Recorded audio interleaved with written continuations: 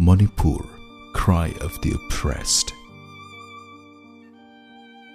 One of the 7 tiny states of northeast India, sandwiched between Bangladesh, Bhutan, China and Myanmar, Manipur is known for its idyllic natural beauty and heartwarming landscape. Verdant hills surround the Imphal Valley on all sides with meandering rivulets watering the plains of rice fields interspersed with packed clusters of human habitation. But the enchanting panorama was tarnished from early May 2023 with black plumes of houses, churches, livelihood setups including structures as huge as multi-storied malls, turning Manipur into a sore point in the eye of the world. The state, with a population of 3.7 million, was engulfed by bloody ethnic conflict between majority Meiteis and Kuki tribals from the 3rd of May evening, claiming nearly 200 lives along with dozens of women traumatized. Thousands of houses and livelihood structures of Kukis, including over 640 churches, were plundered and torched in Imphal Valley. Meitei houses and businesses in their clusters of Chudichandpur, Moray and elsewhere suffered the same fate along with over 24 temples. The result: 70,000 refugees from over 600 villages that have been emptied of their minority residents who have fled their native places amid savage killings and arson. While over 10,000 Meitei refugees from Kuki-dominant areas have found shelter in the Imphal Valley, 60,000 Kuki refugees banished from their bases, mostly in Imphal Valley, are now struggling for survival in Kuki strongholds like Chudichandpur and Kangpoki. Thousands also fled to neighboring states like Assam, Meghalaya and Mizoram, while many moved to distant cities like Bangalore, Kolkata and New Delhi, seeking refuge with their contacts. Several unresolved issues had been building up divisions on ethnic lines, including ban on non-tribals buying property in tribal area.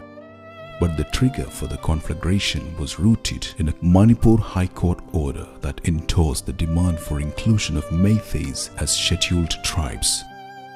That would make them eligible for free education, scholarship and reservation in professional education like engineering and medicine and in government jobs on par with tribal Kukis and Nagas. Amid strong opposition to this demand from tribals, Manipur High Court ordered on the 27th of March the state government to recommend to federal government inclusion of Meitei in the scheduled tribe list within 4 weeks. In protest, the All Tribal Student Union of Manipur held protests on the 3rd of May. The violence that broke out between ethnic groups in Chudichandpur spread like wildfire across Manipur, plunging the state into orgy of violence, chaos and anarchy.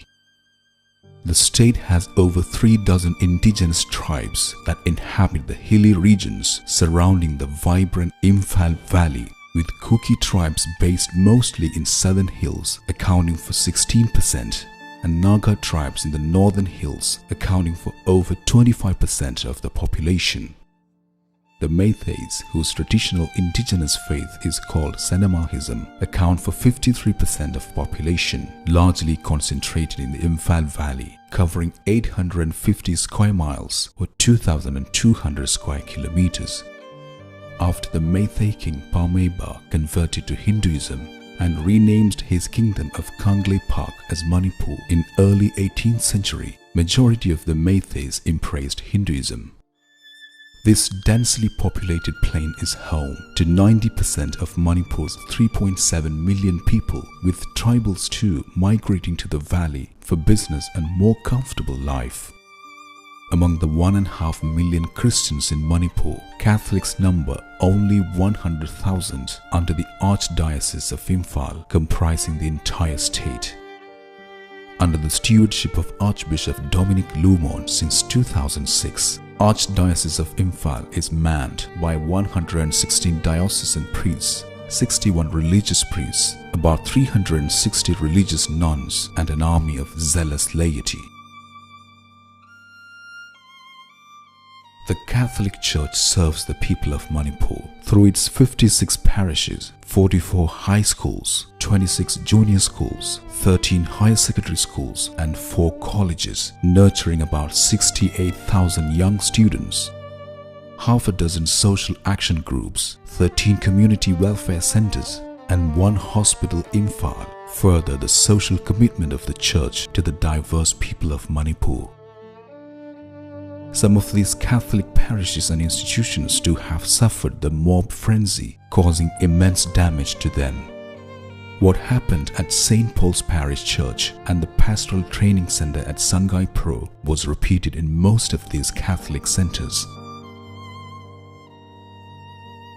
Look at these charred images of St. Paul's Parish Church and Pastoral Training Center near Imphal Airport.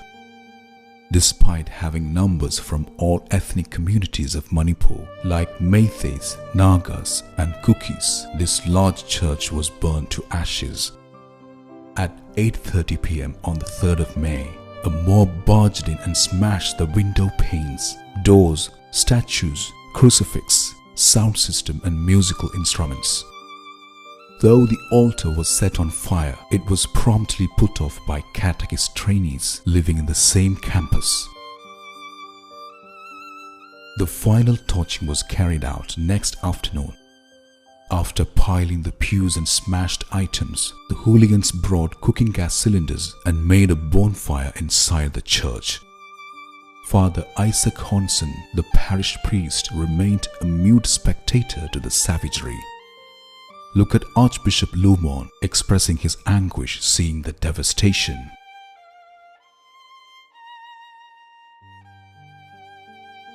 The adjacent Pastoral Training Center with 37 lay catechists in training, besides 4 priests and 6 other staff, was attacked simultaneously.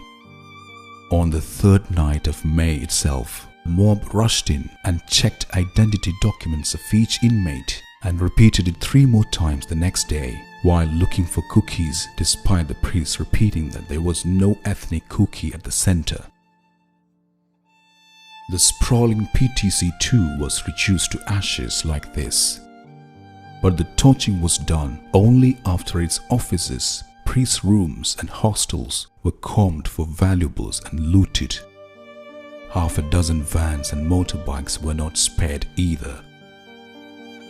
Investment of millions at the institute, sprawling structure, furniture, electronic instruments, belongings of inmates all went up in flames. Prior to that, 250 chickens and ducks, big hatchery and fish tank had been emptied leisurely. While repeated frantic calls to the police evoked no response, even the police team in the vicinity just disappeared before the mob arrived. The adjacent St. Joseph's High Secondary School too became a target of mob attack on the 5th of May. However, the inmates, including those displaced from PTC, were evacuated promptly by security personnel led by senior police officials. Though a mob entered the campus soon after evacuation, local Meitei women pleaded with them not to destroy the school, as it's the pride of the locality with over 3,000 students. The mob left only after venting their frustration on window panes and entered the principal's residence to rob the valuables. Arson attack on the Holy Redeemer Catholic Church, Kanchipur, was no different. On the 3rd evening of May, a mob gate-crashed into the Holy Redeemer Parish and Catholic School at Kanchipur near Manipur Central University. They made a bonfire of the furniture in the church, vandalized the presbytery and torched the students' hostel, besides vandalizing the school auditorium. Amid the pervasive violence, all is not lost in Manipur. When a mob reached the Sacred Heart Church at Yairipok, with a bulldozer to destroy the church. Local Meitei village leaders rushed in and turned them back. Meira Paibis, local unit Meitei women's group, even guarded the church and the high school for days, ensuring no harm was done. After practically driving out the Kukis from Imphal Valley, militant Meitei groups enjoying impunity launched raids of Kuki villages on the foothills and other areas. One such target was the vibrant township of Sugnu in Chandel district, nearly 2-hour drive from Imphal. The St. Joseph's Parish Church and St. Joseph High Secondary School, built in 1964, is one of the oldest Catholic churches in Manipur. After fighting between Meitei militants and the security forces, the priests and the Clarist nuns fled like the 1,000 Catholics as well as other Christians. When security forces gave up resistance, the armed militia reduced the church into a skeleton like this. The school, presbytery, community hall, students' hostel and other structures in the campus had the same fate. The nearby convent was too looted of valuables including furniture. Presently, it's occupied by the police. Rows of Christian houses and other properties were plundered and torched, reducing the area look like bombarded. No one knows if and when they could return to Sugnu. Dozens of Kuki refugees like these people were lucky to find shelter in Aizawl, mountain capital of neighboring Mizoram Hill State. The government of the Christian majority Mizoram extended generous helping hand and even allotted recently built low-budget houses as shelter to them. These refugees were thrilled mid-September when Bishop Stephen Rotluanga of Aizawl joined them in their evening rosary, comforting them.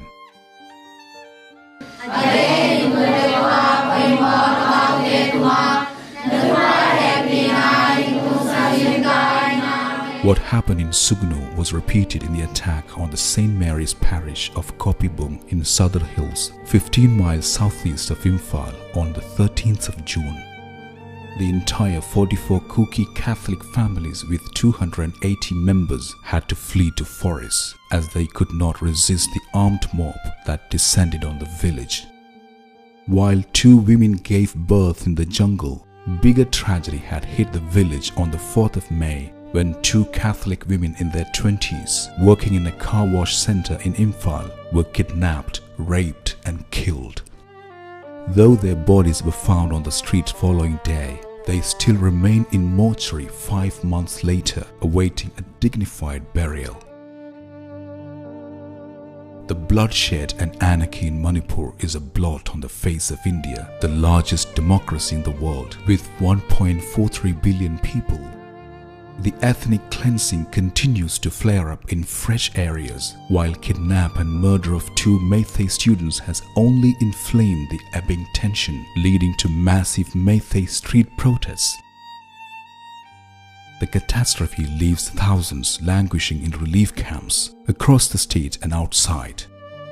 Thousands of children like these who should have been in school loiter around in relief camps. Infants, elderly, sick and healthy all struggle in relief camps, with over 50 displaced dying due to lack of proper and timely medical care. Blockade of crucial highway from Dimapur in Nagaland connecting Manipur and key roads to Churachandpur and other centers from Imphal on ethnic lines has only multiplied the misery of the ordinary citizens struggling for even livelihood. The internal blockade has aggravated further the suffering of the displaced, with disruption of relief distribution in remote areas amid acute shortage of essentials.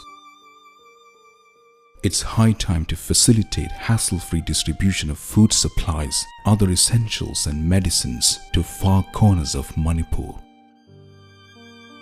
Thousands struggling for life in relief camps and those scattered in and outside the state cry out to the custodians of India.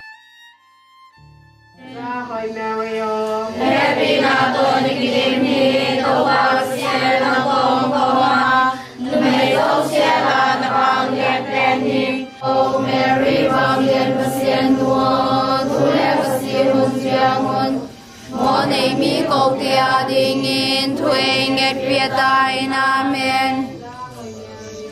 Happy na to na gidim hi tau pa pasien ng tom koma.